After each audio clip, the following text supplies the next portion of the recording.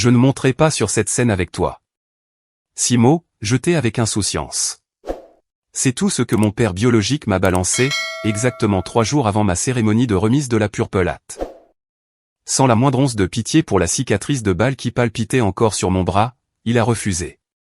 Et ce, simplement parce que ma sœur aînée, épouse d'un politicien, trouvait désagréable de me voir faire la une des journaux à sa place. 10 minutes plus tard, ma mère m'a porté le coup de grâce. Va chercher cette médaille toute seule. N'en fais pas toute une histoire. Ce n'est qu'un bout de métal. Juste un bout de métal. Quelque chose pour lequel j'avais risqué ma vie, dans une zone de combat. Ils m'ont arraché le moment de ma vie dont j'étais la plus fière. Ils étaient persuadés que j'allais m'avancer vers ce podium, la tête baissée, comme une paria abandonnée. Mais ils avaient tout faux. Exactement 48 heures plus tard, alors que mon nom résonnait devant 200 soldats au garde à vous, le sang a déserté le visage de mon père. Il s'est mordu la lèvre, pris d'une panique absolue, en découvrant la véritable identité de l'homme qui a franchi ses portes en me tenant le bras. Si vous pensez que la famille devrait être constituée des personnes qui restent dans les tranchées avec vous, et non de celles qui vous tirent dans le dos, dites-moi d'où vous écoutez dans les commentaires. Abonnez-vous, et restez avec moi jusqu'à la fin amère. La ligne a été coupée. Je n'ai pas crié. Je n'ai pas balancé le téléphone à travers la salle de bain. Ma main, qui était en train de faire pénétrer une épaisse couche de cirage noir dans le cuir de mes bottes de combat, s'est figée en l'air. L'odeur âcre et lourde de la pâte chimique m'a brûlé le fond de la gorge. Je n'ai pas touché l'écran avec mes doigts tachés de graisse. À la place, j'ai laissé tomber mon coude, violemment, sur le bouton du haut-parleur. Clic, la pièce a plongé dans un silence suffocant. Le seul bruit restant était le battement sourd, régulier et mécanique, de mon propre cœur. C'était un rythme lent et contrôlé. Le genre de pulsation que l'on développe, quand on est habitué à respirer sous les tirs de mortier, et l'artillerie ennemie. Le froid du carrelage de la salle de bain a transpercé mes chaussettes militaires vert olive, manquant ainsi à la réalité. Arthur Marsh, 65 ans. Un homme qui avait bâti une fortune dans la banque d'affaires, et qui licenciait sans pitié des hommes 2 fois plus costauds que lui, n'a pas trouvé le courage de se tenir aux côtés de sa propre chair, de son propre sang. Pourquoi? Parce que Chloé l'avait décidé. Exactement 10 minutes plus tard, l'écran s'est de nouveau allumé sur le comptoir en granit. Evelyne, ma mère. J'ai fixé ce nom, qui brillait sous la lumière fluorescente et stérile. J'ai appuyé sur accepter. Je n'ai pas dit bonjour. Sarah. Sa voix a crépité dans le haut-parleur. Elle était tranchante et grinçante, comme une transmission radio défectueuse. Arthur m'a dit qu'il t'avait parlé. Va chercher cette médaille toute seule. N'en fais pas toute une histoire. J'ai gardé la mâchoire serrée à m'en briser les dents. Les muscles de mon cou se sont tendus. C'est juste un bout de métal, a-t-elle soupiré.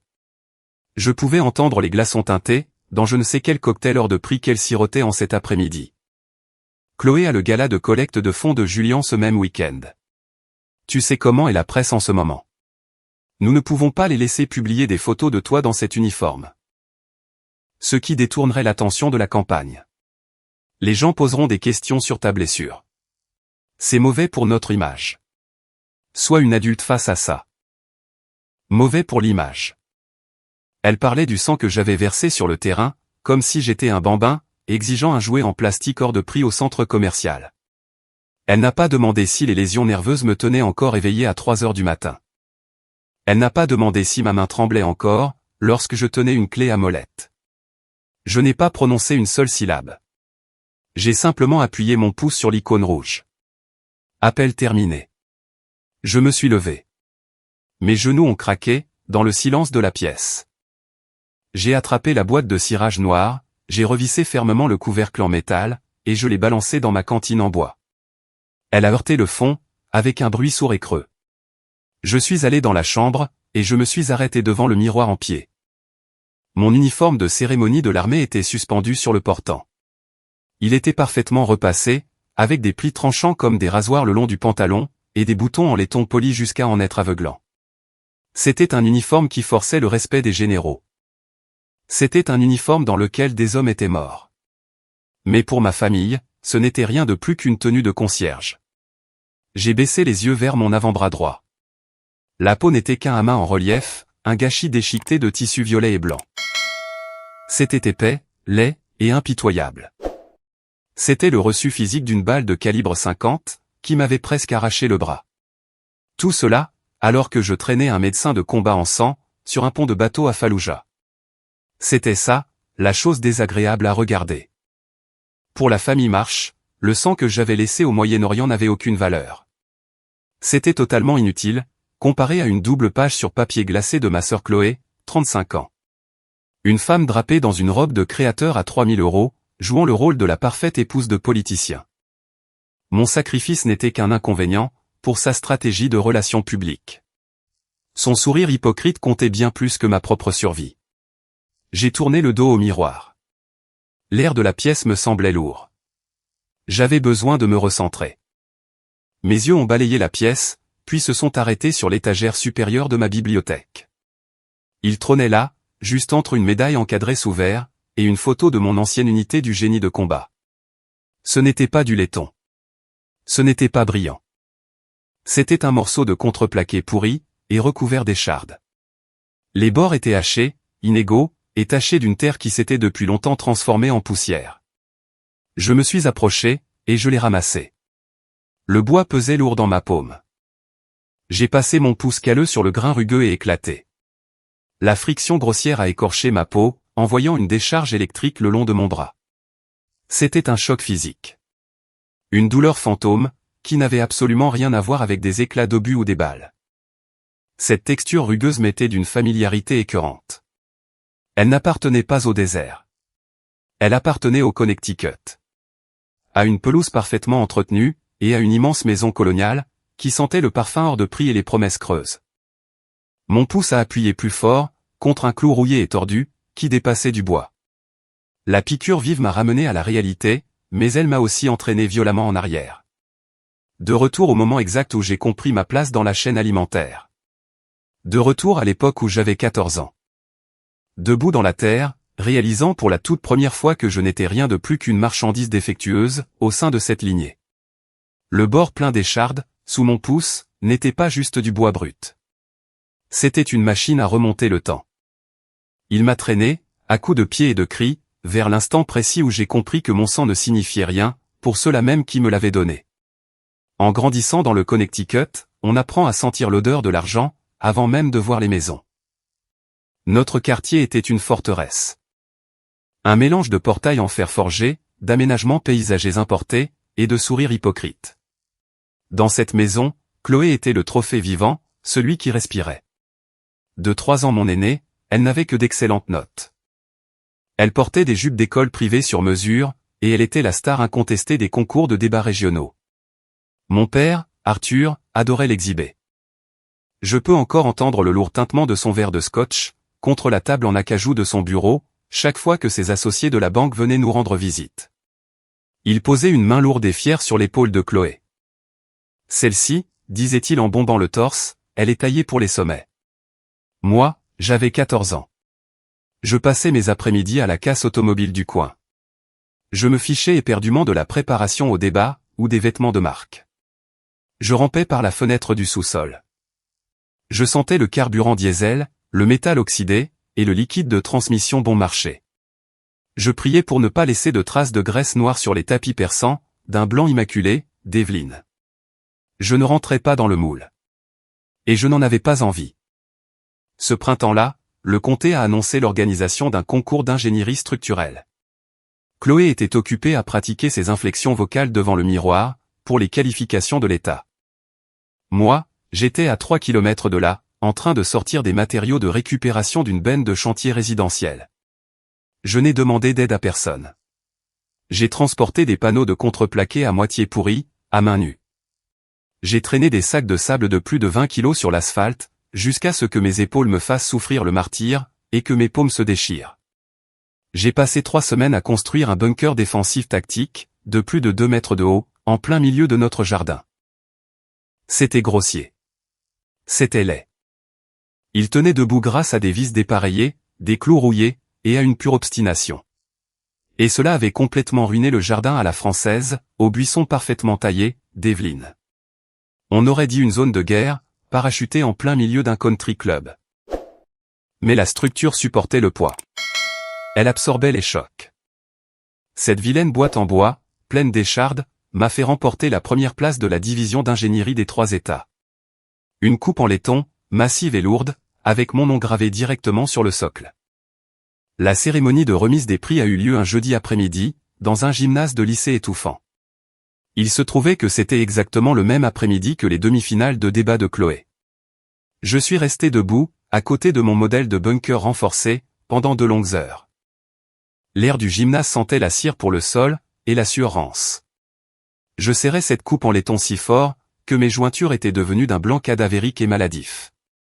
Je regardais les autres enfants prendre des photos avec leurs parents. Les flashs crépitaient, les épaules étaient étreintes, les sourires rayonnaient de fierté. Puis, la foule s'éclairsemait. Les concierges ont commencé à plier les chaises métalliques. Elles s'entrechoquaient bruyamment, contre les gradins en bois. Les juges ont rangé leurs porte-documents, et sont partis. Les lourdes doubles portes du gymnase se sont finalement ouvertes. Mon père est entré, avec 40 minutes de retard. Il n'avait pas l'air essoufflé. Il n'avait pas l'air désolé. Il sentait l'eau de Cologne Tom Ford, et le chewing-gum à l'amande poivrée. Il fixait l'écran lumineux de son téléphone, tapant un email d'une seule main. Ses chaussures en cuir hors de prix grinçaient, sur le sol parfaitement poli. Il a fini par lever les yeux. Son regard a balayé le gymnase vide, avant de se poser sur moi. Il s'est approché. Il ne m'a pas serré dans ses bras. Il n'a même pas jeté un coup d'œil au bunker, pour lequel j'avais saigné pendant près d'un mois. Il a jeté un regard rapide à la coupe entre mes mains, a fait un signe de tête raide et distrait, puis est retourné à son écran. « Bon travail », a-t-il marmonné. Il m'a jeté ces mots. Il les a simplement balancés dans ma direction, comme on jette une pièce sale à un mendiant, tenant une pancarte en carton à un carrefour. « Allons-y, Chloé attend dans la voiture. Nous avons réservé pour le dîner. Nous n'avons pas célébré ma victoire. » Nous sommes rentrés à la maison pour porter un toast à Chloé, qui avait atteint les finales. Cette nuit-là, la maison était silencieuse. Je me tenais dans la cuisine plongée dans l'obscurité, en train de me verser un verre d'eau du robinet. Les portes coulissantes en verre, menant au patio, étaient entr'ouvertes. Mes parents se trouvaient à l'extérieur, sur la terrasse en pierre. Le cliquetis sec des talons aux Devlin coupait l'air frais de la nuit. Elle tenait un verre de chardonnay. Je les regardais lever un ongle en acrylique parfaitement limé, pointant directement vers mon bunker de 2 mètres, qui trônait dans le jardin sombre. « C'est une horreur pour les yeux, Arthur. » Sa voix a tranché à travers la moustiquaire. Elle était froide, venimeuse. On dirait des déchets de basse classe. Ça donne l'impression que nous vivons dans un parc à caravanes. Fais venir quelqu'un pour le détruire demain. Je ne peux même pas regarder par ma propre fenêtre, sans avoir la nausée. Je me suis figé. L'eau froide a débordé sur ma main, mais je ne l'ai pas senti. J'ai attendu qu'il dise quelque chose. Qu'il le défende, qu'il lui dise que j'avais remporté la première place. Qu'il lui explique que je l'avais construit de mes propres mains. Arthur a pris une lente gorgée de sa boisson. Les glaçons ont teinté doucement dans son verre. Il n'a même pas tourné la tête. « J'appellerai les paysagistes demain matin », a-t-il répondu. Il m'a effacé, juste comme ça, sans une seconde d'hésitation. J'ai posé le verre sur le comptoir en granit. Je n'ai pas pleuré. Pleurer, c'était pour les gens qui pensaient que quelqu'un viendrait les réconforter. Je suis sorti par la porte de derrière. Je me suis glissé devant eux dans l'obscurité, et j'ai rampé directement à l'intérieur du lourd bunker en bois.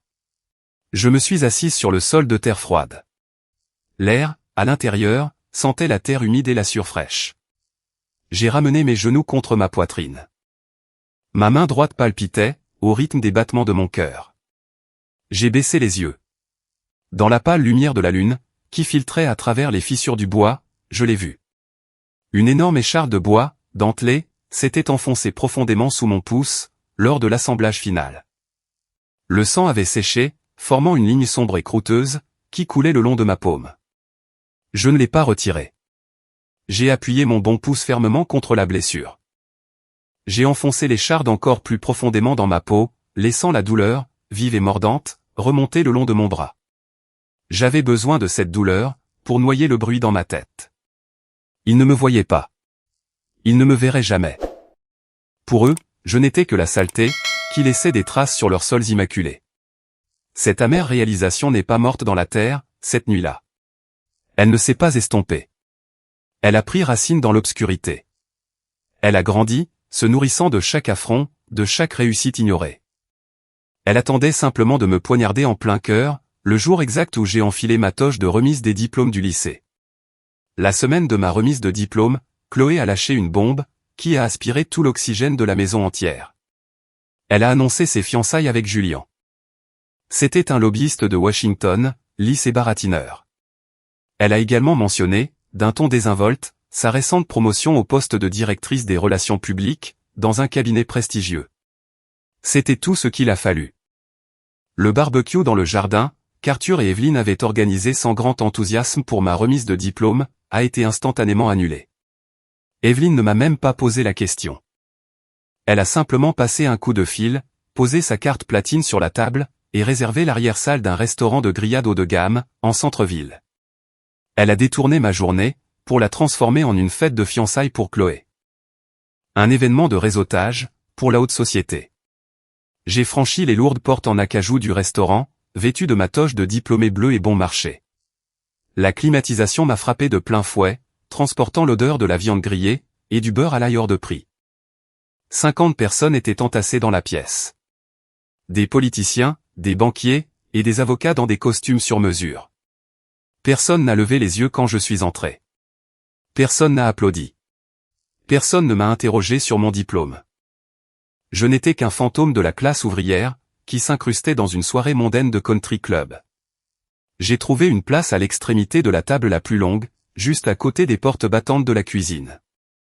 Je me suis assise, et j'ai laissé le bruit me submerger. Les flûtes à champagne en cristal tintaient constamment. Ce tintement aigu et perçant résonnait sur les murs. 3 personnes différentes se sont levées pour faire des discours.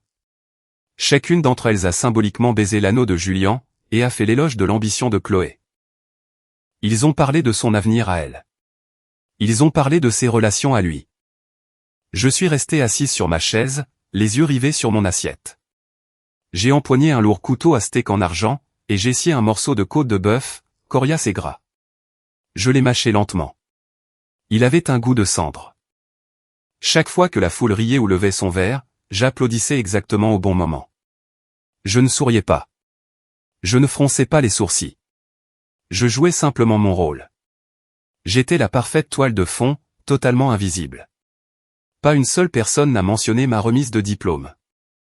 C'était un effacement absolu, et sans la moindre excuse. 2 semaines plus tard, le courrier postal est arrivé. Je suis entré dans la cuisine, tenant la petite enveloppe blanche et immaculée de l'armée des États-Unis. C'étaient mes papiers d'acceptation, pour la branche du génie de combat. Evelyne était assise à l'îlot en marbre, sirotant son thé du matin. Elle faisait défiler des lieux de réception pour le mariage sur son iPad. J'ai fait glisser le papier sur le marbre froid. Il s'est arrêté juste à côté de sa soucoupe. Elle a abaissé son iPad. Ses yeux ont parcouru le sceau militaire. Elle n'a pas lu les détails. Elle n'en avait pas besoin. Son visage s'est durci, les muscles autour de sa bouche se contractant fortement. Elle a ramassé sa tasse de thé en porcelaine, et l'a claquée brutalement sur la soucoupe. Un bruit sec et tranchant a claqué, comme un fouet, dans la cuisine silencieuse. Elle m'a jaugé de la tête aux pieds. Son regard s'est attardé sur mon jean délavé, et sur mes mains calleuses. Rampée dans la boue avec une bande de bidasse, a-t-elle ricané. Le dégoût, dans sa voix, était épais et sans filtre. C'est humiliant, Sarah. Je ne sais même pas comment je vais oser me montrer au club. Elle ne voyait pas l'honneur. Elle ne voyait pas le service rendu. Elle ne voyait que la saleté. Elle y voyait un travail de classe ouvrière, qui ne correspondait pas au récit de son country club. Elle a piétiné la seule décision que j'avais prise pour me construire une vie. Elle l'a traité comme un casier judiciaire, qu'elle devrait cacher à ses amis riches. Je n'ai pas argumenté. Je n'ai pas crié. Je n'ai pas essayé d'expliquer le concept du devoir, à une femme qui ne vénérait que l'argent. J'ai simplement ramassé le papier, je l'ai plié en 2, et je suis sorti de la cuisine. Je savais exactement ce qu'elle pensait de moi. Martha est, la meilleure amie de ma défunte grand-mère, avait surpris Evelyne en train de salir mon nom. C'était devant d'autres épouses, lors d'un déjeuner de charité des mois auparavant. Je savais tout. Alors, je me suis mise au travail. J'ai pris un poste de nuit, pour faire la plonge dans un restaurant près de l'autoroute. Je restais debout, au-dessus d'un évier industriel fumant, pendant 8 heures par nuit. Je frottais la graisse durcie sur des assiettes en céramique bon marché, jusqu'à ce que mes mains se gercent et saignent. L'odeur du liquide vaisselle bas de gamme, et de l'huile de friture rance, s'est infiltrée dans ma peau. J'ai économisé chaque euro de salaire minimum que je gagnais. Pendant que Chloé plafonnait les cartes de crédit d'Arthur, en achetant des sacs Hermès et des chaussures en cuir italien pour sa nouvelle vie à Washington, moi, j'ai acheté un sac à dos militaire de surplus, et une paire de bottes à bout d'acier. Le jour où je suis parti pour l'entraînement de base, la maison était vide. Personne n'est sorti dans l'allée pour me dire au revoir. J'ai jeté mon sac à l'arrière d'un taxi cabossé, j'ai claqué la portière rouillée, et je n'ai pas regardé en arrière. Je me croyais libre. Je pensais qu'entrer dans l'armée signifiait laisser la toxicité de la famille March dans le rétroviseur, pour toujours. Je pensais que le pire de leurs conneries élitistes était enfin derrière moi. Mais j'avais tort. Le mépris n'a pas pris fin lorsque j'ai enfilé l'uniforme. Il s'est juste mis en sommeil. Il a muté. Et quand Chloé a finalement pondu 2 enfants à son tour, quelques années plus tard, cette cruauté froide et calculée a évolué. Elle est devenue une arme si impitoyable, qu'elle a mis mon père à genoux. Chloé a eu 2 enfants, Lily et Owen. Ils sont nés à 3 ans d'écart. Et à la seconde même où le plus jeune a pris sa première inspiration, la dynamique de pouvoir de la famille March a définitivement basculé. C'était la même année que le départ à la retraite d'Arthur. Mon père était autrefois un requin de la finance. C'était un homme qui licenciait des cadres pendant son petit déjeuner, sans même cligner des yeux. Mais la retraite l'a dépouillé de son armure de salle de conseil. Soudainement, il n'était plus qu'un homme vieillissant, dans une immense maison coloniale vide. Il avait besoin d'un héritage. Il avait besoin d'une raison d'être. Il avait besoin de ses petits-enfants. Chloé, avec les instincts meurtriers d'une directrice des relations publiques de Washington, a immédiatement senti l'odeur du sang dans l'eau. Elle a réalisé qu'elle détenait la seule monnaie d'échange qui avait encore de l'importance. Les enfants n'étaient pas seulement sa progéniture. Ils étaient un moyen de pression. C'étaient des actifs à haut rendement, et elle les a militarisés, avec une efficacité terrifiante. Elle est devenue la dictatrice de la famille. Elle utilisait l'accès à Lily et Owen comme une arme contondante, pour garder mes parents entièrement sous sa coupe. Cela a commencé par le territoire. La première année après la retraite d'Arthur, Chloé a exigé d'être en bout de table pour Thanksgiving. C'était la place qui avait appartenu à mon père pendant 30 ans. Arthur n'a pas protesté. Il s'est contenté de tirer la chaise pour Julian, de lui tendre le couteau à découper, et de prendre une place près de la porte de la cuisine. Il a capitulé dans sa propre maison, juste pour s'assurer que Chloé amènerait les enfants pour les fêtes. Ensuite, elle a étendu son emprise. Elle a commencé à dicter l'image publique de la famille. J'étais déployé en Afghanistan, à cette époque. Un journal local du Connecticut a entendu parler de mon unité. Ils ont publié un petit article, en page 6, sur une femme du génie de combat, qui déminait des engins explosifs improvisés à l'extérieur de Kandahar. C'était un entrefilet de 3 paragraphes. Il y avait une photo floue de moi, en équipement tactique complet, couverte de terre et de sueur. Chloé l'a vue. Elle a complètement perdu la tête. Elle ne voyait pas un soldat faire son devoir. Elle y voyait un handicap politique. Julian se préparait à se présenter au Sénat de l'État. Son programme était entièrement fondé sur des valeurs familiales bien lisses, et sur la sécurité des banlieues. Pour Chloé, avoir une sœur qui désamorçait des bombes dans une zone de combat, c'était trop brutal. C'était sale. C'était violent. Arthur m'a appelé dès le lendemain, sur une ligne satellite crépitante. Je rentrais tout juste d'une patrouille de 14 heures. Mes bottes étaient incrustées de boue séchée. Mes oreilles bourdonnaient encore, à cause d'une explosion contrôlée. Il n'a pas demandé si j'étais en sécurité. Il n'a pas demandé si j'étais indemne. Sarah, a-t-il dit, la voix tendue et nerveuse. Tu dois appeler ce journal local. Dis-leur de retirer l'article. Dis-leur que tu veux que ton nom n'apparaisse pas dans la presse. Chloé est très contrariée. cela pose des problèmes pour la campagne de Julien. Je me tenais dans la chaleur étouffante de la base d'opération, serrant fermement le lourd combiné en plastique. J'ai regardé mes mains. Il y avait du sang séché sous mes ongles, et ce n'était pas le mien. « Tu veux que je me cache ?» ai-je demandé. Ma voix était plate, vide. « Ne rends pas les choses difficiles », a-t-il aboyé. La panique dans sa voix était pathétique. « Si tu n'arranges pas ça, elle menace de garder les enfants à Washington pour Noël. Je ne vais pas perdre mes fêtes de fin d'année, juste parce que tu as besoin d'attirer l'attention. » Ma fierté, mon service, les vies que mon unité avait sauvées. Tout cela était massacré, et jeté sur l'autel pour apaiser une agente de relations publiques. J'ai raccroché le téléphone, sans ajouter un mot. Mais le véritable cœur pourri de ma famille ne s'est totalement exposé, que lors de ma dernière permission de week-end. C'était quelques semaines à peine, avant la cérémonie de remise de ma Purple Hat. J'étais à la maison, dans le Connecticut, pour emballer les dernières affaires de mon enfance. Je ne voulais plus rien laisser dans cet endroit. Il était plus de minuit. Je descendais doucement les escaliers en bois dur, en chaussettes, pour aller chercher un verre d'eau. Je me suis arrêté net, dans les ombres du couloir de la cuisine.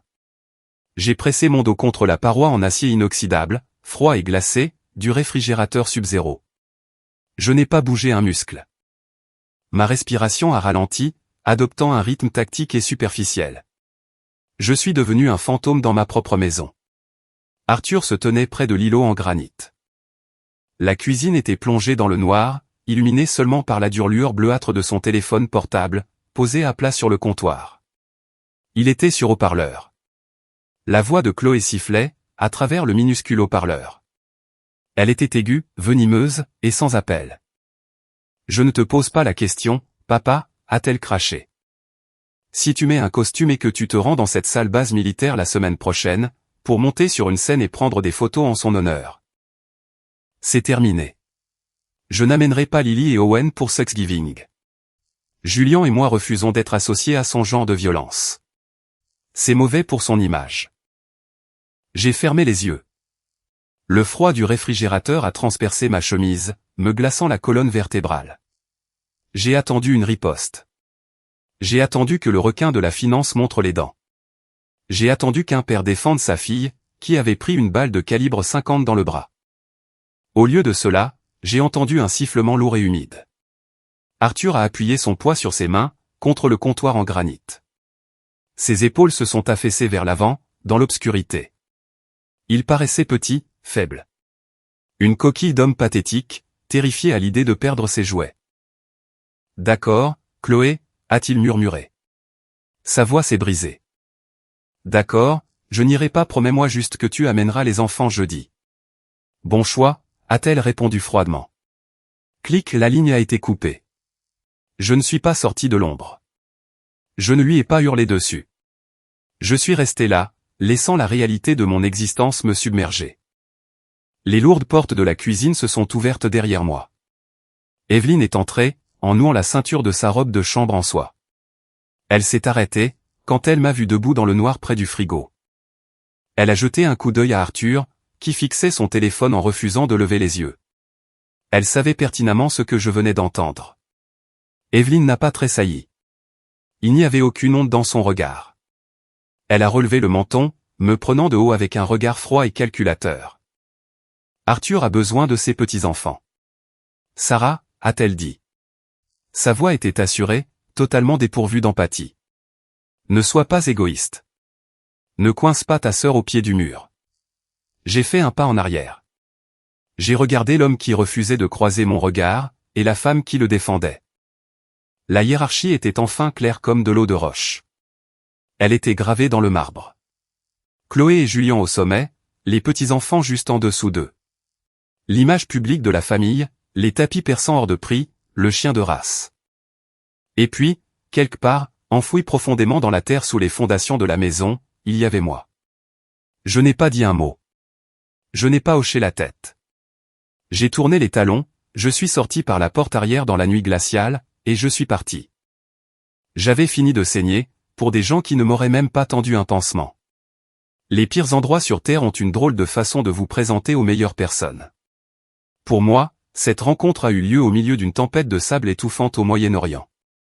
J'étais entouré par le craquement assourdissant des tirs de mortiers ennemis. Mon unité du génie de combat tentait de sécuriser un pont de bateau temporaire, en travers d'un lit de rivière asséché. Nous avions besoin d'une voie de ravitaillement. Les insurgés, sur la crête, avaient besoin d'une cible d'entraînement. L'impact n'a pas fait le même bruit que dans les films. Ce n'était pas une explosion spectaculaire. C'était juste un craquement sec et assourdissant.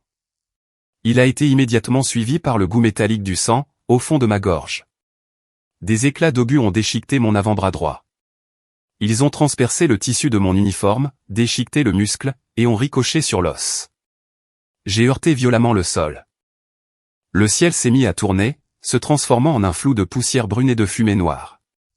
L'odeur du diesel brûlé, et de la cordite brute, a inondé mes sinus. 10 minutes plus tard, le martèlement lourd et rythmique des pales d'un rotor a couvert les coups de feu. Un hélicoptère d'évacuation médicale Black Hawk a surgi du ciel, soulevant un mur de sable massif. C'est le jour où j'ai rencontré David Vance. Il ne portait pas de costume sur mesure.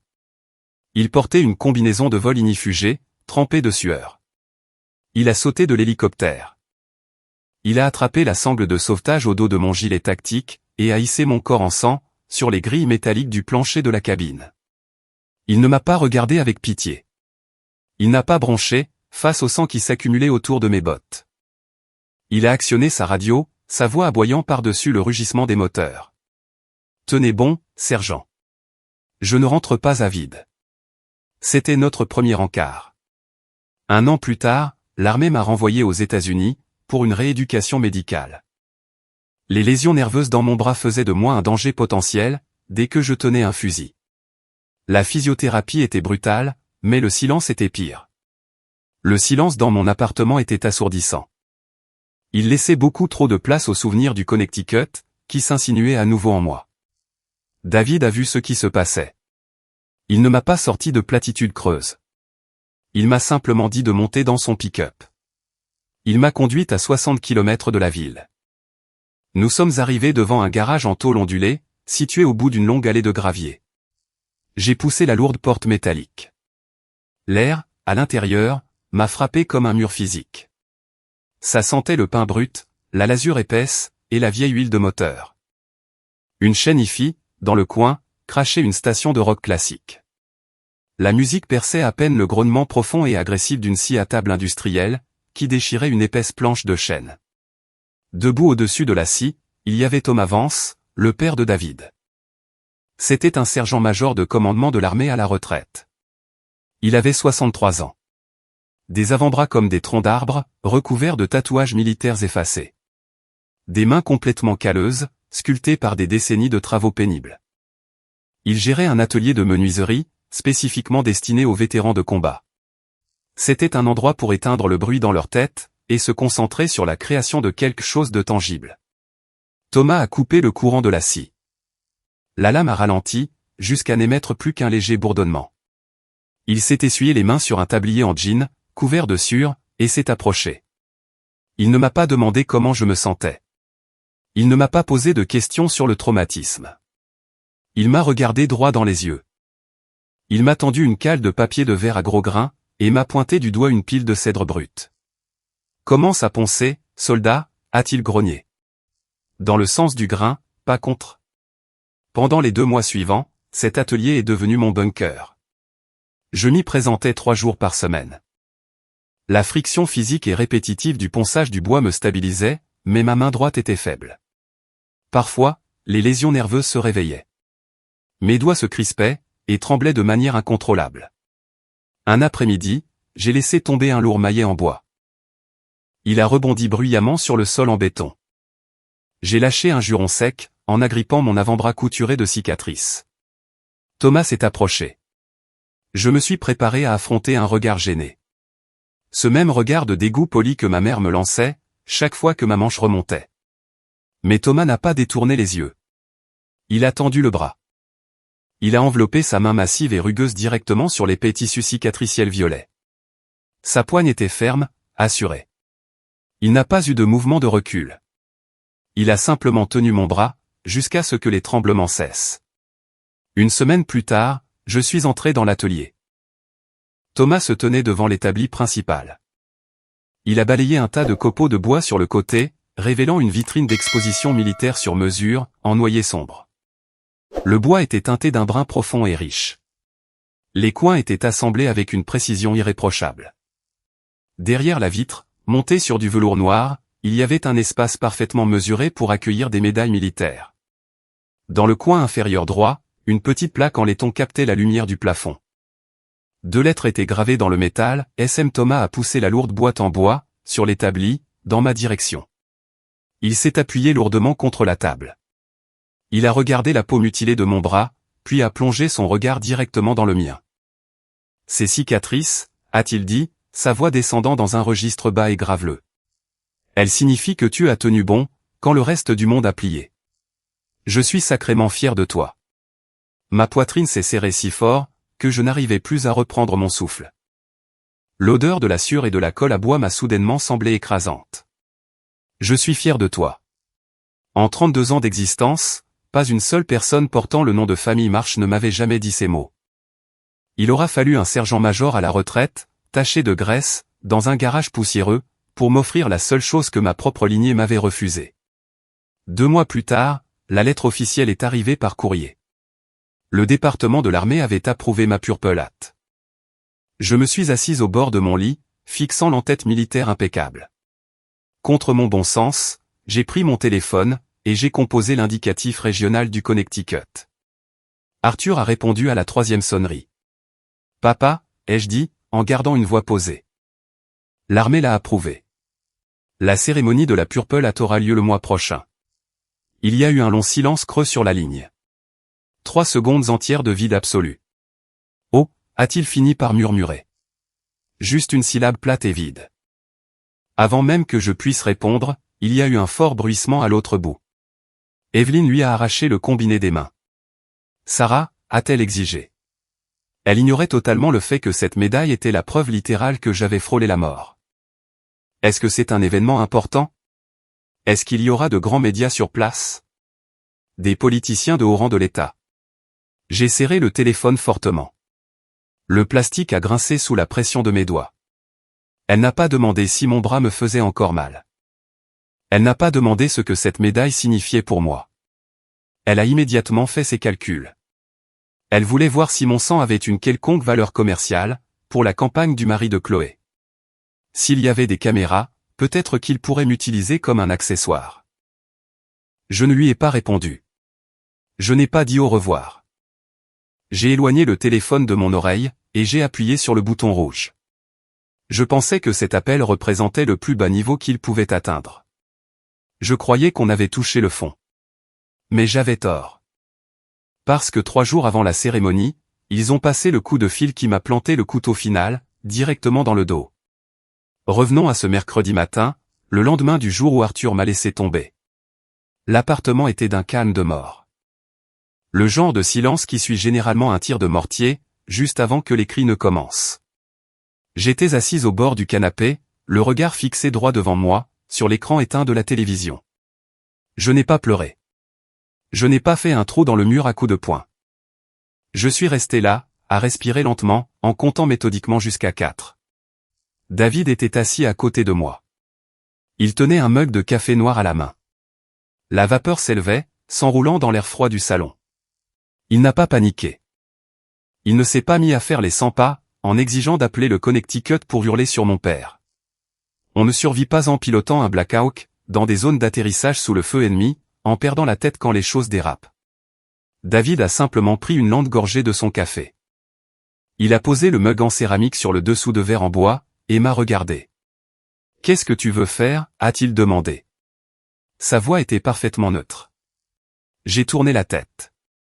J'ai regardé l'homme qui avait extirpé mon corps en sang de la boue. Je ne veux pas m'avancer vers ce podium toute seule, ai-je répondu. Ce n'était pas une supplication. C'était l'énoncé d'un fait. David a hoché la tête une fois. Un mouvement court et sec. Alors tu ne le feras pas, a-t-il déclaré. Tu as une armée. J'ai attrapé mes clés sur le comptoir. Je n'ai même pas pris la peine de me changer, gardant mon pantalon de jogging gris et mon t-shirt militaire trop grand. J'ai conduit directement jusqu'au parc industriel, à la périphérie de la ville. J'ai poussé la lourde porte métallique de l'atelier de menuiserie. L'air était saturé par l'odeur du chêne coupé et de l'adhésif industriel. Des grains de poussière flottaient paresseusement dans les vifs rayons du soleil, qui traversaient les hautes fenêtres dépolies. Thomas était à la table du fond. Il passait un épais bloc de chêne blanc, à travers une raboteuse robuste. Des copeaux de bois volaient dans l'air, s'accrochant à son tablier en toile. Je ne suis pas entré complètement. Je me suis arrêté sur le seuil. Je me suis tenu droite, verrouillant mes genoux. J'ai ramené mes épaules en arrière, adoptant une posture de garde-à-vous rigide. Mon père s'est dégonflé, ai-je dit d'une voix forte, couvrant le gémissement mécanique des machines. Il ne sera pas à mes côtés pour la cérémonie. Thomas n'a pas levé les yeux immédiatement. Il a fini de pousser la planche de chêne à travers la lame. Il a frappé le gros bouton d'arrêt d'urgence rouge, sur le côté de la machine. Le moteur a ralenti, gémissant de plus en plus faiblement, jusqu'à ce que l'atelier soit plongé dans un silence total. Il a essuyé ses énormes mains calleuses sur un chiffon d'atelier. Il n'a pas demandé pourquoi. Il n'a pas prononcé un seul mot de compassion inutile. Il ne m'a pas dit qu'il était désolé que ma famille soit un ramassis de lâches sans colonne vertébrale. Il s'est simplement retourné. Il a redressé ses lourdes épaules, et a planté son regard gris acier, froid, dans le mien. À quelle heure as-tu besoin que je sois là? 9 mots en français. Un ordre, un bouclier. Une loyauté absolue et inconditionnelle, de la part d'un homme qui ne partageait pas une seule goutte de mon sang. Mais qui comprenait le poids de la cicatrice sur mon bras, bien mieux que les personnes qui m'avaient mis au monde. Un frisson glacial a parcouru ma colonne vertébrale. Il a fait se dresser les poils sur ma nuque. Je lui ai adressé un seul signe de tête bref. J'ai tourné les talons, et je suis sorti. Le lendemain après-midi, jeudi, on a sonné à la porte. J'ai ouvert, et j'ai trouvé Martha sur mon porche. Elle avait 68 ans. Elle portait un manteau en laine noire, malgré le temps clément. Martha était la présidente de la section locale des mères, Gold Star. Elle était aussi la seule femme à qui ma défunte grand-mère, Eleanor, ait jamais vraiment fait confiance. Martha n'a pas souri. Elle n'a pas fait la conversation. Elle a plongé la main dans son sac en cuir noir, et en a sorti une enveloppe jaunie et scellée. Eleanor m'a donné ça il y a 11 ans, a dit Martha, la voix serrée. Elle m'a demandé de la conserver, jusqu'au jour où tu recevrais ta plus haute distinction. Elle savait qu'Arthur et Evelyn essaieraient de tout gâcher. J'ai pris l'enveloppe. Le papier semblait sec et cassant sous mes doigts. Il sentait le vieux cèdre, et l'amande poivrée. J'ai remercié Martha, j'ai fermé la porte, et je suis allé dans la cuisine. J'ai sorti un couteau tactique pliant de ma poche. J'ai fait jaillir la lame avec mon pouce, et j'ai proprement tranché le haut de l'enveloppe. Le papier a émis un bruit de déchirure sec et aigu. J'en ai sorti une seule feuille de papier à lettres. L'encre était passée, mais l'écriture était reconnaissable entre mille. Sarah, je sais comment fonctionnent ces gens vaniteux et misérables.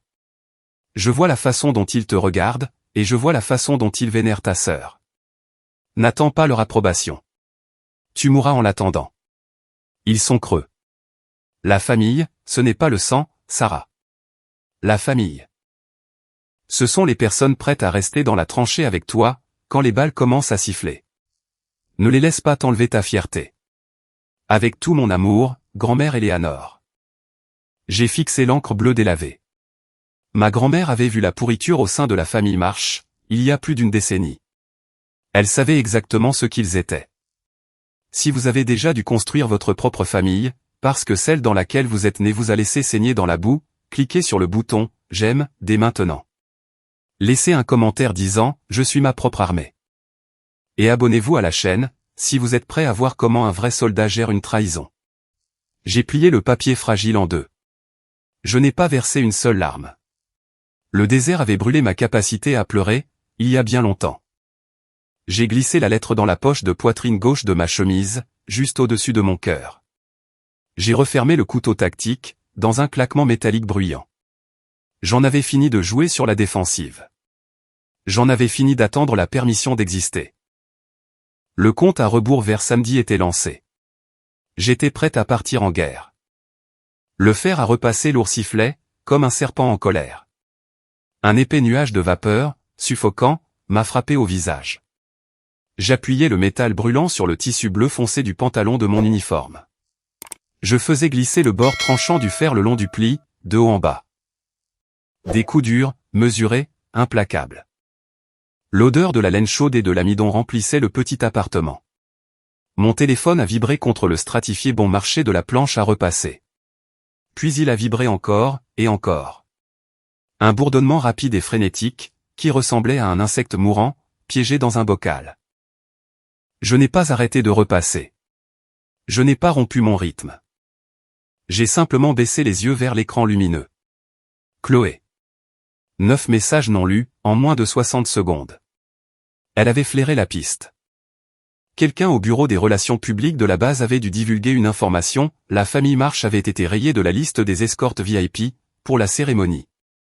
J'ai entendu dire que tu ne marcheras pas seul demain. Qui est-ce que tu traînes sur cette scène avec toi? Si tu ramènes un bidas minable pour embarrasser la campagne de Julian, je jure devant Dieu que... J'ai posé le fer à la verticale. J'ai tendu le bras, ramassé le téléphone, et je l'ai retourné face contre la planche. La coque en plastique a émis un claquement sourd contre le bois. Le bourdonnement a été instantanément étouffé. Je suis retourné à mon pantalon. Je ne ressentais pas de colère. Je ne me sentais pas blessé. J'ai simplement ressenti une nausée profonde et creuse. Un dégoût absolu, face à son comportement pathétique. Chloé a compris que je n'allais pas mordre à l'hameçon.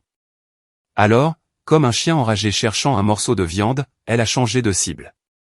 Elle s'en est prise à mon officier commandant. À 20 km de là, assise sur le haillon métallique rouillé de son vieux pick-up Ford, le capitaine Jessica Ruiz a décapsulé une Miller Lite bien fraîche. La languette en aluminium a fait un bruit sec, dans l'air calme de la nuit. L'enseigne en néon du bar miteux d'en face bourdonnait. Elle projetait une lueur rouge et sale sur le parking en gravier. Jessica était une vétérante de combat au nerf d'acier. Une femme qui avait extirpé 2 hommes en sang d'un V en flammes, à Mossoul. Elle ne se laissait pas déstabiliser. Son téléphone s'est allumé, sur le plateau de son pick-up. Un numéro inconnu. C'était un mur de texte massif. Le manifeste frénétique et déséquilibré d'une directrice des relations publiques, qui perdait rapidement le contrôle du récit. Chloé exigeait la liste officielle des invités. Elle exigeait de savoir qui allait m'accompagner. Elle menaçait d'appeler le commandant de la base. Elle voulait porter plainte officiellement pour la présence de personnel non autorisé, venant gâcher un événement familial privé. Jessica a pris une lente gorgée de sa bière bon marché. Elle a fixé les blocs de texte frénétiques, envoyés par une femme qui n'avait jamais connu un seul jour de dur labeur de toute sa vie choyée. Jessica n'a pas rédigé de paragraphe pour expliquer le protocole militaire. Elle n'a pas argumenté. Elle n'a pas justifié mon existence. Elle a tapoté sur l'écran en vert exactement 2 fois. Elle a tapé un seul point. Envoyé. Un point. C'était le doigt d'honneur ultime, et sans appel, de l'armée des États-Unis à une civile pourri gâtée. Un rejet total de l'autorité de Chloé. À des kilomètres de là, dans sa maison de ville à Washington, Chloé a perdu la tête. Elle a hurlé contre son téléphone, et a immédiatement composé le numéro de notre père. 22h15, dans le Connecticut. L'immense maison coloniale était d'un calme de mort. Ce genre de silence coûteux et suffocant, que seul l'argent peut acheter. Arthur Marsh se tenait dans l'obscurité de son bureau, au panneau d'acajou. La seule lumière provenait de l'écran de son téléphone, posé à plat sur le lourd sous-main en cuir. Il ne regardait pas son téléphone. Il tenait autre chose, dans ses mains tremblantes. C'était la lourde coupe en laiton, fixée à un morceau de bois affreux et plein d'échardes. Mon trophée d'ingénierie, remporté à l'âge de 14 ans. Il l'avait gardé caché tout au fond du tiroir du bas de son bureau, pendant près de 2 décennies. Loin des yeux, loin du cœur. Son pouce a tracé les contours de la plaque en laiton bon marché. Il a pris son téléphone. Il a ouvert ma fiche de contact. Son pouce a plané au-dessus du clavier numérique. Papa est fier de toi, Sarah. Il a tapé les mots. Il restait là, dans la boîte de texte, brillant dans la pièce sombre. Un moment minuscule et fugace de véritable paternité. Un fantôme microscopique de courage. Puis, son téléphone a vibré violemment dans sa paume. Un SMS de Chloé. règle ça maintenant, ou tu ne verras plus les enfants. Arthur a fixé l'écran. L'odeur lourde et chère de son eau de Cologne Tom Ford lui a soudainement paru aigre, dans l'air stagnant du bureau. Une goutte de sueur froide a perlé sur son front. Sa poitrine s'est soulevée. Il a dégluti péniblement. Sa gorge était sèche. Son pouce a bougé. Retour arrière. Retour arrière. Retour arrière. Il a tout effacé. Il l'a gommé de l'existence. Il s'est dégonflé. À la place, il a ouvert un nouveau message, destiné à David. David, Chloé est très contrariée. Elle pense que Sarah amène quelqu'un demain pour se moquer de notre famille. Nous ne voulons pas faire de scène. C'est mauvais pour l'image de Julien. Il vaut peut-être mieux qu'Evelyne et moi restions à la maison. Il essayait de fuir. Il était terrifié à l'idée d'être publiquement embarrassé, à la cérémonie de remise de médaille de sa propre fille. Il voulait se cacher. Mais avant qu'Arthur ne puisse appuyer sur renvoyer, pour finaliser sa lâche retraite, les lourdes portes en chaîne du bureau se sont ouvertes. Evelyne se tenait dans l'encadrement. Elle était vêtue de son pyjama en soie. Une épaisse couche de crème anti-âge hors de prix était étalée sur ses joues. La lumière du couloir projetait une ombre longue et nette d'elle, dans la pièce sombre. Pose ce téléphone, Arthur, a-t-elle aboyé. Sa voix était comme du fer froid, totalement dépourvue d'affection. Arthur a tressailli comme un chien battu. Evelyne, Chloé dit. Je me fiche éperdument de ce que dit Chloé en ce moment. Evelyne est entrée dans la pièce, les yeux brillants d'une faim prédatrice et calculatrice. Je viens de raccrocher avec le conseil d'administration du country club. Sais-tu qui va assister à cette petite cérémonie de remise de médaille demain? Arthur l'a regardé, complètement perdu. Le maire de l'État, a-t-elle sifflé en s'approchant. Et un général 3 étoiles du Pentagone. La meute de journalistes sera massive. La bouche d'Arthur s'est légèrement ouverte. La panique dans ses yeux a changé de nature. Je ne vais pas manquer cette opportunité de réseautage, a déclaré Evelyne. Son ton ne laissait aucune place au débat. Julien a besoin de ses contacts.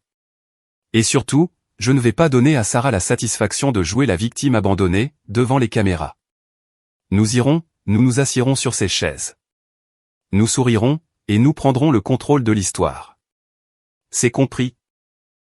Arthur a baissé les yeux vers son téléphone.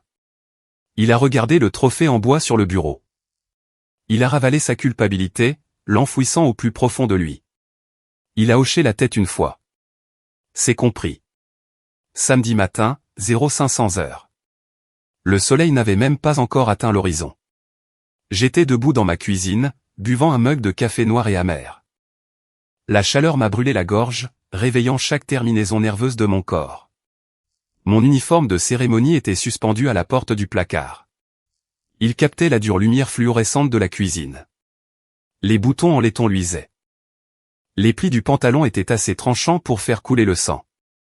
J'ai fini mon café. J'ai posé le lourd mug en céramique sur le comptoir, avec un bruit sourd. Je ne me sentais pas nerveuse. Je ne me sentais pas triste. Je ressentais la concentration glaciale d'un tireur d'élite, s'installant dans sa cachette. Ma famille pensait se rendre à un coup de pub. Ils croyaient pouvoir simplement débarquer, afficher un faux sourire, et continuer à tenir la laisse. Ils n'avaient aucune idée qu'ils marchaient tout droit dans ma ligne de mire. 1300 heures. L'air, à l'intérieur de l'auditorium de la base, était frais et froid. Il sentait fort le nettoyant pour cuivre et le coton empesé. Je me tenais dans la salle d'attente, juste à côté de la scène principale. Je regardais à travers une étroite fente, dans les lourds rideaux de velours. La fanfare a commencé à jouer. Un roulement de caisse claire, profond et tonitruant, a couvert le faible brouhaha de la foule. Il a été suivi par le souffle perçant et autoritaire des trompettes, jouant l'hymne de marche de l'armée. J'ai balayé les rangées du regard. Les 5 premiers rangs étaient une mer d'uniformes immaculés, de postures rigides, et de bottes de combat polies. 200 soldats, hommes et femmes. Mes yeux se sont portés tout au fond de la salle. Rangée 20. La famille Marche était assise, recroquevillée dans le coin. Ils étaient complètement isolés de la discipline structurée de la pièce. On aurait dit des touristes bas de gamme, qui s'étaient égarés dans le mauvais bâtiment. Arthur fixait ses chaussures Richelieu brillantes, les épaules voûtées. Evelyne portait une robe de cocktail voyante et criarde. Une tenue qui hurlait l'happy hour du country club. C'était totalement inapproprié pour une cérémonie de remise de décoration militaire. À ses côtés, Chloé était assise, les bras fermement croisés sur la poitrine. Elle balayait la pièce du regard, avec une moue amère et impatiente. Elle détestait chaque seconde de ce moment. Elle détestait ne pas être le centre de l'attention. Ils étaient assis là-bas, en train d'attendre le spectacle. Ils attendaient de me voir me traîner sur cette immense scène, complètement seul. Ils pensaient que j'allais garder la tête baissée, accepter mon petit bout de métal, et m'éclipser dans l'ombre. Ensuite, ils pourraient détourner le maire, pour une séance photo. Ils avaient tout faux. La lourde porte en bois de la salle d'attente s'est ouverte. Je me suis retourné. Ce n'était pas le menuisier taché de graisse, dans son tablier en jean. Thomas Vance est entré dans la pièce. Il portait son uniforme de cérémonie complet de l'armée. Le tissu bleu profond était taillé sur mesure, s'ajustant parfaitement à sa carrure massive. 3 épais chevrons dorés, accompagnés de 3 arcs et d'une étoile, reposaient lourdement sur ses manches. Sergent-major de commandement. Mais c'est sa poitrine qui a capté la lumière. C'était un mur impénétrable de rubans et de médailles. Des étoiles d'argent, des étoiles de bronze avec un signe VU pour la bravoure, des insignes de fantassins de combat. Le cliquetis métallique qu'elle faisait lorsqu'il marchait était net, lourd, et absolument incontestable. C'était le son d'un homme qui avait traversé l'enfer, et qui imposait le respect au diable en personne. Il s'est arrêté à quelques mètres de moi. Il a examiné mon uniforme. Il a regardé les cicatrices qui couvraient ma main droite, reposant le long de mon corps. « Tu as fière allure, soldat », a déclaré Thomas. Sa voix était un grondement grave et régulier. « Merci, sergent-major », ai-je répondu. Ma voix n'a pas tremblé. Sur la scène, la musique s'est estompée. L'officier commandant, un général 3 étoiles avec une mâchoire taillée dans le granit, s'est avancé vers le podium en bois. Il a tapoté le microphone. Le faible Larsen a bourdonné dans les énormes enceintes. Sergent-chef Sarah marche. La voix du général a tonné, résonnant sous le haut plafond. Je suis sorti de derrière le rideau. Les projecteurs m'ont frappé. J'ai fixé mon regard droit devant moi. Je n'ai pas regardé la rangée du fond. J'ai marché jusqu'au centre de la scène. Mes chaussures en cuir claquaient sèchement contre le parquet en bois dur, à chaque pas. Je me suis arrêté juste devant le général, en claquant des talons. Le général a balayé la foule du regard. Qui se présentera comme représentant de la famille pour le sergent-chef marche? Le silence dans l'auditorium était absolu. On aurait pu entendre une mouche voler. Au fond, à la rangée 20, Arthur a bougé d'un air inconfortable sur sa chaise. Evelyne s'est penchée en avant. Un sourire narquois et satisfait s'est dessiné sur son visage. Chloé a littéralement regardé sa montre. Ils attendaient ce silence gênant. Ils attendaient que je reste là, abandonné et pathétique, pour murmurer que je n'avais personne. C'est alors que de lourdes bottes se sont avancées depuis le premier rang. Thomas Vance ne se contentait pas de marcher. Il défilait. Le lourd cliquetis métallique de ses médailles de combat a résonné, dans la salle plongée dans un silence de mort, comme le coup de marteau d'un juge. Chacun des soldats des 5 premières rangées a instantanément raidi sa posture. C'était par pur respect instinctif pour son grade. Thomas s'est arrêté au bord de la scène. Il n'a pas regardé le général. Il n'a pas regardé le maire. Il a lentement tourné ses épaules massives, et a verrouillé son regard, droit sur la rangée 20. Il n'avait pas besoin de micro. Il possédait les poumons d'un instructeur de la marine. Sa famille, a rugi Thomas. Le volume et l'autorité absolue de sa voix ont fait vibrer les vitres des portes de sortie. Tout comme ils ont fait vibrer chaque soldat présent dans cette pièce. C'était comme un obus de mortier, tombé en plein sur la rangée du fond. Un lourd souffle collectif s'est échappé de la foule. Au deuxième rang, Martha a pressé un mouchoir contre sa bouche. Ses épaules tremblaient, alors qu'elle laissait échapper un sanglot silencieux. 3 sièges plus loin, le capitaine Jessica Ruiz était assise, parfaitement rigide. Mais sa mâchoire était serrée si fort que son muscle tressaillait, et le contour de ses yeux était injecté de sang. Thomas a monté les escaliers en bois. Il s'est placé à ma droite. Sa simple présence était un bouclier massif et inamovible. Il a posé sa main lourde et calleuse fermement sur mon épaule. La chaleur de sa poigne a traversé la laine de mon uniforme. Puis, il a reculé. Le général 3 étoiles s'est avancé. Il a détaché le ruban violet bordé d'or de sa boîte en velours. Il s'est penché, le visage tout près du mien. Vous avez mérité ça, sergent. Ne laissez personne vous dire le contraire, a-t-il murmuré doucement, pour moi seul. Il a enfoncé les épingles pointues à travers le tissu de mon uniforme, juste au-dessus de mon cœur. Il a sécurisé les fermoirs. Il a fait un pas en arrière, et a exécuté un salut militaire impeccable. J'ai levé ma main droite. Les tissus cicatrisés de mon avant-bras étaient pleinement exposés, à la vue de tous. Je lui ai rendu son salut. Présenté. Armes, a aboyé une voix depuis l'assemblée. 200 bottes ont claqué les unes contre les autres, dans un unisson parfait et assourdissant. 200 mains droites ont jailli vers le bord de leur casquette. Un mur de respect massif et impénétrable. J'ai maintenu le salut. Je n'ai pas regardé le maire. Je n'ai pas regardé les caméras. J'ai baissé les yeux vers le fond de la salle. Le visage d'Arthur était complètement vidé de ses couleurs. Il avait l'air sur le point de vomir. Evelyne se recroquevillait littéralement sur son siège. Son sourire suffisant avait été complètement effacé de son visage. Il était remplacé par une panique pure et absolue. Elle venait de réaliser que la salle jugeait silencieusement les chaises vides à côté d'elle. Chloé fixait la scène d'un regard vide. La bouche grande ouverte, elle était totalement paralysée par une démonstration de pouvoir qu'elle ne pouvait ni acheter, ni manipuler, ni contrôler. Je me tenais là, au sommet le plus élevé de ma vie. J'ai regardé les personnes qui partageaient mon sang, et j'ai vu clair à travers eux. Ils n'étaient plus qu'une poussière invisible. Mais l'exécution n'était pas terminée. Ils devaient encore survivre à la réception. La salle de réception sentait le bœuf rôti, la bière éventée, et le vieux laiton militaire. 200 personnes déambulaient dans cet espace ouvert.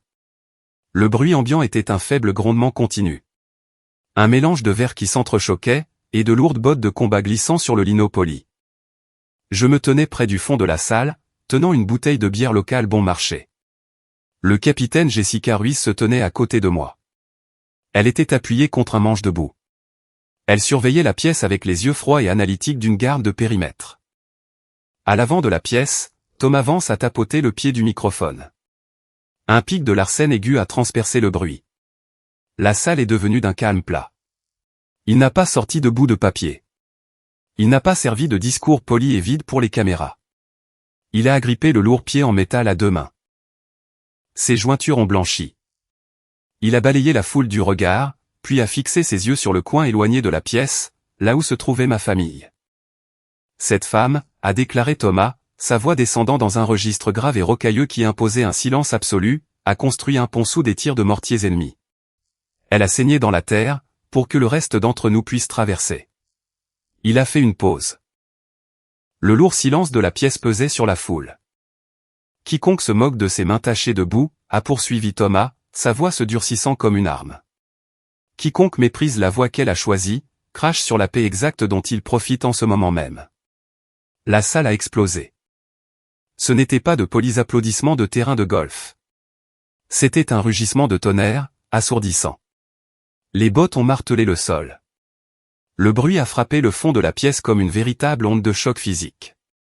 À travers la foule, j'ai vu la tête d'Arthur s'abaisser.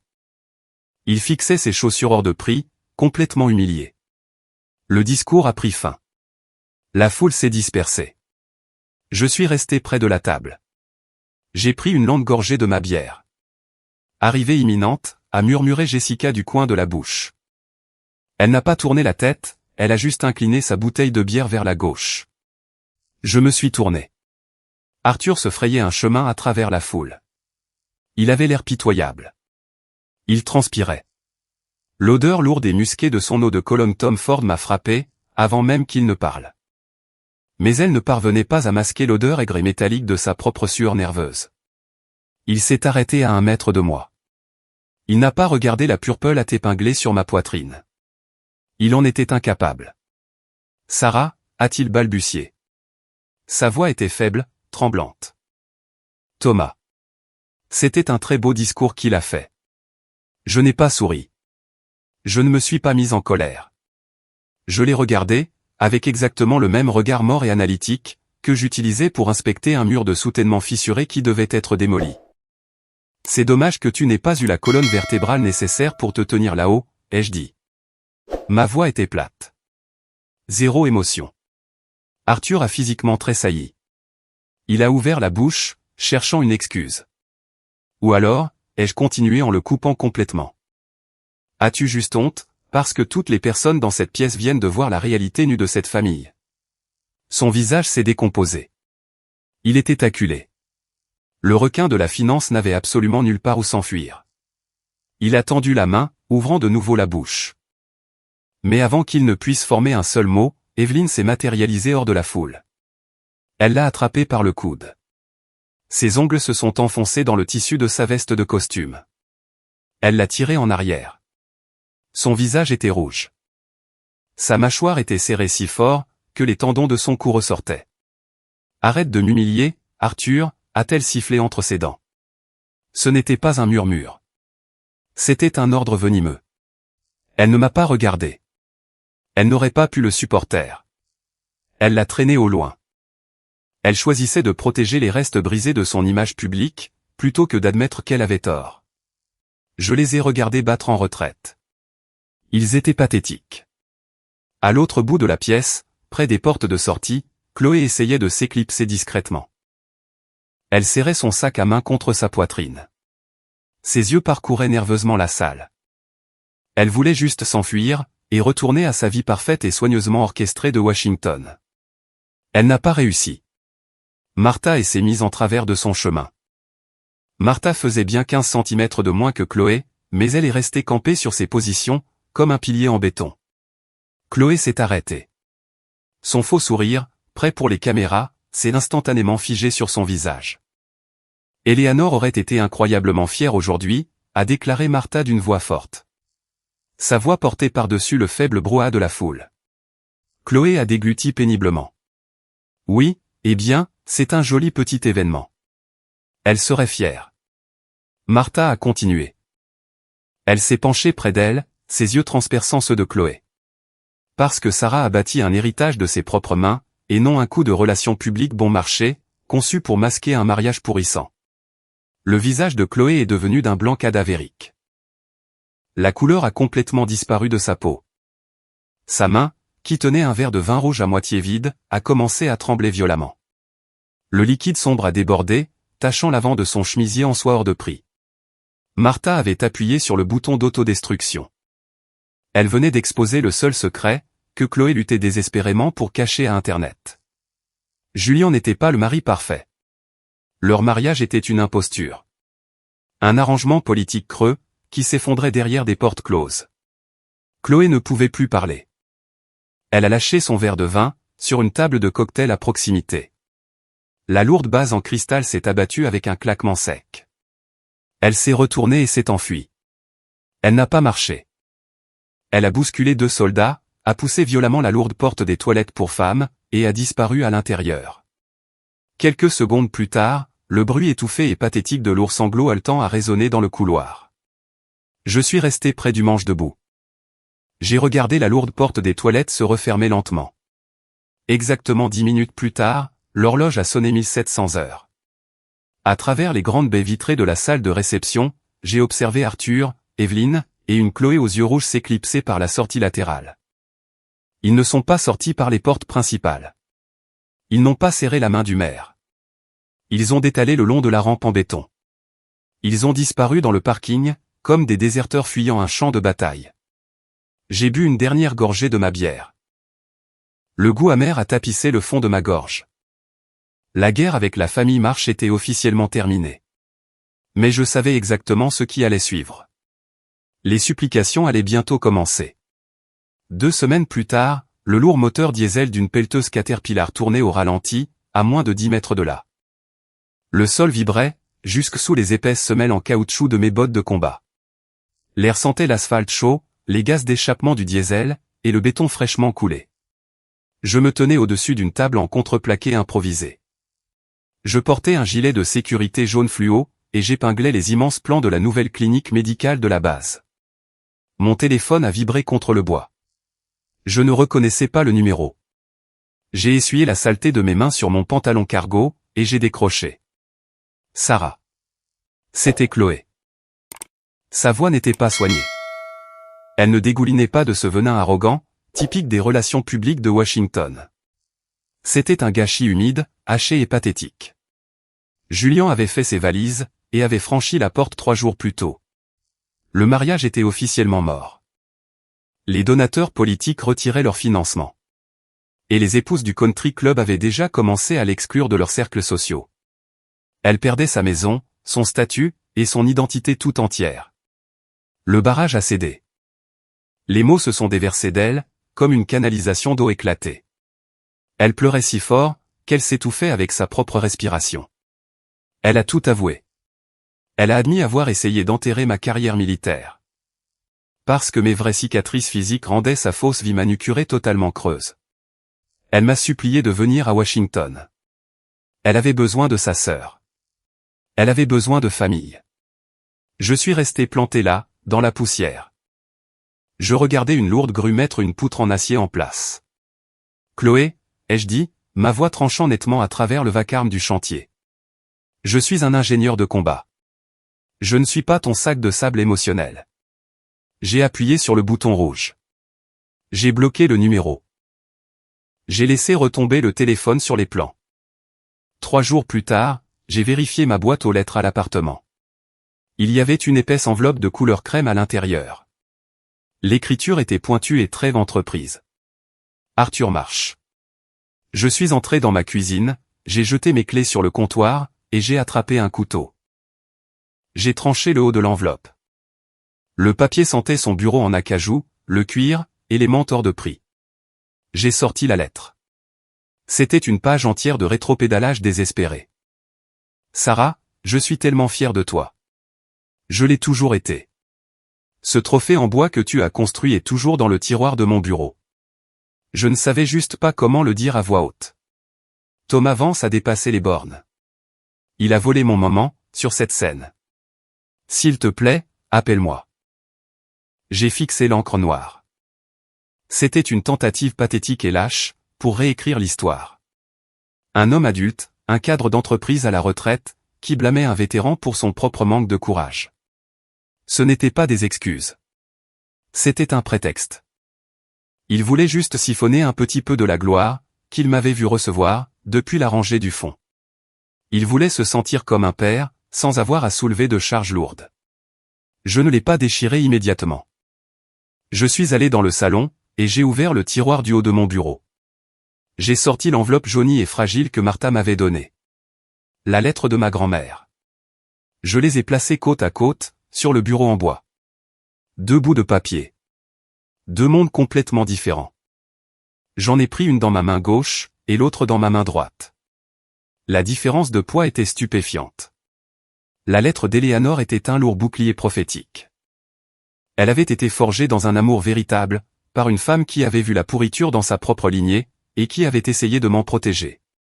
La lettre d'Arthur était un morceau de culpabilité fragile, et sans valeur. J'ai remis la lettre d'Éléanore dans le tiroir, soigneusement rangée. J'ai attrapé la lettre d'Arthur à 2 mains. Je l'ai déchirée, en plein milieu. Le papier épais s'est déchiré, avec un bruit sec et bruyant. J'ai superposé les 2 moitiés, et je les ai déchirées à nouveau. J'ai laissé tomber les morceaux déchiquetés dans la poubelle en métal, sous le bureau. Je ne lui ai pas répondu. Je n'ai pas appelé. Je n'ai pas envoyé de SMS. Cette porte était verrouillée à double tour, de façon permanente. Couper les ponts n'était pas une punition pour eux.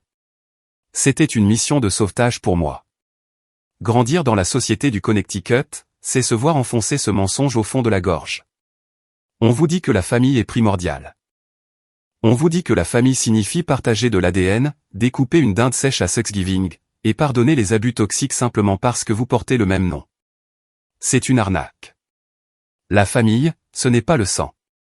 La famille, c'est le gars qui saigne dans la boue, à côté de vous. La famille, c'est le pilote d'hélicoptère, qui vous sort des tirs croisés quand le ciel est littéralement en train de s'effondrer. La famille, c'est ce vieil homme dans un atelier de menuiserie poussiéreux, qui vous tend un morceau de papier de verre, regarde vos cicatrices, et vous dit qu'il est fier de vous. La famille, ce sont les personnes qui choisissent véritablement de rester, une fois que les caméras sont éteintes. C'était la fin de l'après-midi. Le soleil descendait dans le ciel, projetant un long faisceau de lumière dorée, à travers la fenêtre de l'appartement. La lumière a frappé le noyer sombre de la vitrine, reposant sur mon étagère. Le verre a capté le soleil. Il a illuminé la bordure dorée de la purpelate, ainsi que les 2 lettres en laiton rivetées dans le coin, SM. Je n'ai pas jeté un regard en arrière, vers la poubelle. J'ai tourné mon attention vers la table à dessin, dans le coin de la pièce. J'ai tiré un grand plan roulé vers moi. J'en ai aplati les bords avec mes mains. J'ai attrapé un lourd porte-mine. Le graphite a cliqueté sèchement, lorsque j'ai appuyé sur le bouton avec mon pouce. J'ai posé la mine sur le papier. Je suis Sarah Marsh. Je suis une bâtisseuse. Les lâches étaient définitivement dans mon rétroviseur, et j'avais de nouvelles fondations à creuser. Si vous avez apprécié cette histoire, cliquez sur le bouton « J'aime », laissez un commentaire ci-dessous, et abonnez-vous à la chaîne. Merci infiniment d'avoir écouté mon parcours. À la prochaine.